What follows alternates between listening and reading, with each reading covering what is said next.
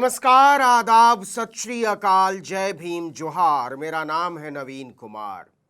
इस बार उपराष्ट्रपति का चुनाव बड़ा मजेदार हो गया है और अगर इंडिया गठबंधन ने अपनी गोटी ठीक से सेट की तो भाजपा के उम्मीदवार सीपी राधाकृष्णन कांटे की टक्कर में फंस भी सकते हैं। जरा समझिए कैसे।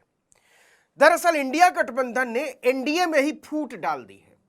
आंध्र प्रदेश के मुख्यमंत्री एन चंद्रबाबू नायडू नीतीश कुमार के साथ एनडीए के सबसे जरूरी घटक दल है और अगर चंद्रबाबू नायडू ने इंडिया गठबंधन के उम्मीदवार को वोट नहीं दिया तो आंध्र प्रदेश में जगन मोहन रेड्डी और नायडू दोनों के लिए मुश्किल खड़ी हो जाएगी। कांग्रेस ने बड़ी गजब की चाल चल दी है। अगर वो चाल कामयाब हुई तो इंडिया गठबंधन उपराष्ट्रपति के चुनाव में एनडीए को या कहिए बीजेपी को बुरी तरह फंसा चुका है। देखिए, उपराष्ट्रपति की कुर्सी के लिए दक्षिण के दो राज्यों के बीच टक्कर होने वाली है। एनडीए के उम्मीदवार सीपी राधाकृष्णन के जवाब में इंडिया गठबंधन ने बी सुदर्शन रेड्डी को उम्मीदवार बना दिया है। सीपी राधाकृष्णन तमिलनाडु से आते हैं तो रेड्डी अविभाजित आंध्र प्रदेश के रहने वाले हैं। 79 साल के रेड्डी गुवाहाटी हाईकोर्ट के चीफ जस्टिस और गोवा के पहले लोकायुक्त रह चुके हैं। वो संयुक्त आंध्र प्रदेश यानी जब तेलंगाना अलग राज्य नहीं बना था वहां के रहने वाले हैं। 2007 में उन्हें सुप्रीम कोर्ट का जज बनाया गया था और 2011 में सुप्रीम कोर्ट से रिटायर हुए। अब देखिए कि सीपी राधाकृष्णन को उतारकर बीजेपी ने डीएमके को फंसा दिया था क्योंकि भाजपा ने इसे तमिल अस्मिता का प्रश्न बना दिया। दक्षिण के सभी दलों पर इसका दबाव बन गया। नतीजा आंध्र प्रदेश के पूर्व मुख्यमंत्री और वाईएसआरसीपी के चीफ जगन मोहन रेड्डी ने भी समर्थन देने का ऐलान कर दिया आनन फानन में। लेकिन अब तो आंध्र प्रदेश के मुख्यमंत्री चंद्रबाबू नायडू ही उलझ गए हैं। अगर डीएमके तमिल अस्मिता के नाम पर इंडिया गठबंधन की लाइन छोड़ने पर विचार कर सकता है तो निश्चित तौर पर जगन मोहन रेड्डी और चंद्रबाबू नायडू पर समझिए कितना दबाव होगा। ऊपर से इंडिया गठबंधन के उम्मीदवार सुदर्शन रेड्डी की जाति भी जगन मोहन वाली है। दोनों रेड्डी समुदाय से आते हैं। आंध्र प्रदेश में सामाजिक और राजनीतिक रूप से रेड्डी बेहद प्रभावशाली हैं। कम्मा और रेड्डी की राजनीति चलती है। जगन मोहन हो या चंद्रबाबू नायडू, अगर वो सुदर्शन रेड्डी की उम्मीदवारी का समर्थन नहीं करते तो आंध्र प्रदेश की राजनीति में कांग्रेस को हमला बोलने का मौका मिल जाएगा। ऐतिहासिक रूप से रेड्डी जमींदार, शासक और योद्धा वर्ग से रहे, वॉरियर क्लास। काकतीय और रेड्डी राजवंशों में उनकी भूमिका बेहद महत्वपूर्ण हुआ करती थी। रेड्डी समुदाय की हिस्सेदारी आंध्र प्रदेश की जनसंख्या में लगभग 8% है और ये रायलसीमा के साथ साथ कुछ तटीय क्षेत्रों में भी प्रभावशाली है। खासकर कडप्पा, कुर्नूल और अनंतपुर में रेड्डी समुदाय का प्रभाव बहुत ज्यादा है। ऐसे में सुदर्शन रेड्डी की उम्मीदवारी के खिलाफ जाना आंध्र प्रदेश की राजनीति में कांग्रेस को एक मौका तो देगा ही देगा।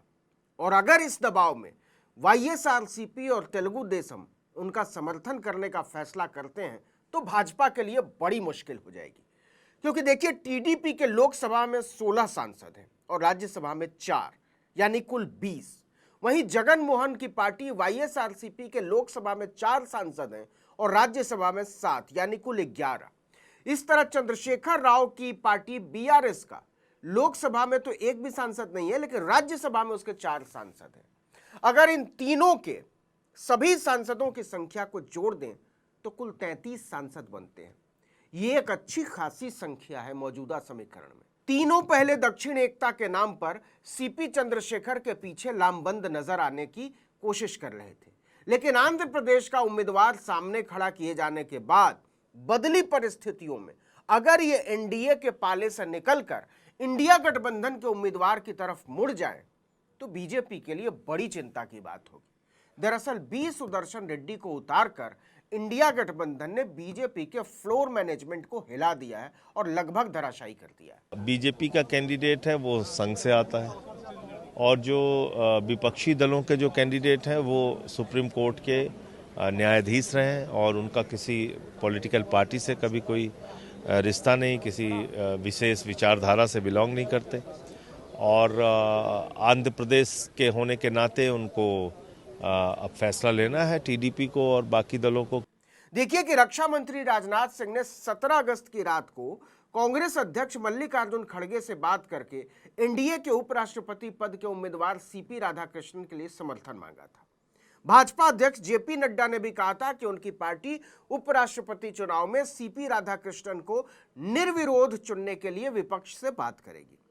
लेकिन इसके 2 दिन बाद ही इंडिया गठबंधन ने एक ऐसा दांव खेल दिया जिसने दोनों के घटक दलों के सामने धर्म संकट खड़ा कर दिया। अगर डीएमके इंडिया गठबंधन की लाइन छोड़कर तमिल अस्मिता के नाम पर सीपी चंद्रशेखर को समर्थन देने का फैसला करता है तो फिर चंद्रबाबू नायडू, जगन मोहन रेड्डी और के चंद्रशेखर राव पर भी आंध्र अस्मिता के पक्ष में खड़े होने का दबाव बढ़ जाएगा। लेकिन यह तय हो चुका है कि अगले 5 साल के लिए उपराष्ट्रपति तो दक्षिण के राज्य से ही होने जा रहा है। आपको बता दें कि उपराष्ट्रपति के चुनाव में संसद के दोनों सदनों के लोकसभा और राज्यसभा के सांसद वोट डालते हैं। इसे इलेक्टोरल कॉलेज कहा जाता है। फिलहाल लोकसभा के 543 और राज्यसभा के 240 सांसदों को मिलाकर इलेक्टोरल कॉलेज बनता है 787 सांसदों का। मतलब जीत के लिए 394 से ज्यादा वोट होना चाहिए। अब अगर एनडीए के लोकसभा में 293 और राज्यसभा में 129 वोट को मिला दें तो एनडीए की ताकत 422 सांसदों की है। दूसरी तरफ इंडिया गठबंधन को देखें तो लोकसभा के 232 और राज्यसभा के 133 मतलब लगभग 365 सांसदों का समर्थन। इसका मतलब हुआ एनडीए से 57, इसको याद रखिएगा। लेकिन अगर चंद्रबाबू नायडू के 20 सांसद एनडीए से निकलकर इंडिया के 20 सुदर्शन रेड्डी के पक्ष में मुड़ जाते हैं तो यह अंतर केवल 17 का रह जाएगा। और अगर इसमें वाईएसआरसीपी के भी 11 सांसद जोड़ दें तो अंतर केवल 6 सांसदों का रह जाएगा। अगर बीजू जनता दल के 7 सांसद, वो भी कहीं नहीं है, वो भी अगर इंडिया गठबंधन के उम्मीदवार को वोट कर देते हैं तो एनडीए उम्मीदवार का खेल खराब हो सकता है।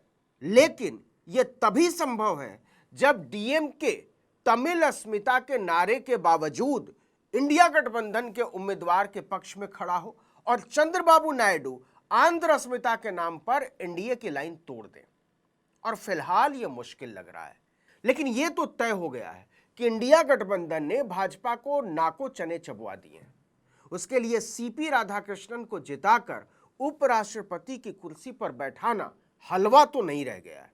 इसके लिए बहुत सारे जोड़ तोड़ और मान मनुहार की जरूरत पड़ेगी और नरेंद्र मोदी को ऐसे ऐसे लोगों की खुशामद करनी पड़ेगी जिन्हें वो देखना तक पसंद नहीं करते।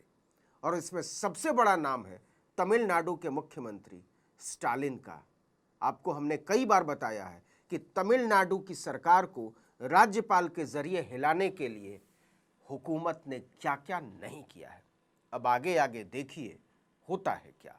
इस वीडियो में इतना ही। लेकिन अगर आपने आर्टिकल 19 इंडिया को अब तक सब्सक्राइब नहीं किया तो फौरन कर दीजिए, बेल आइकॉन दबाइए, घंटी जैसी आकृति लाइक कीजिए और कमेंट करके बताइए हमारा वीडियो आपको कैसा लगा।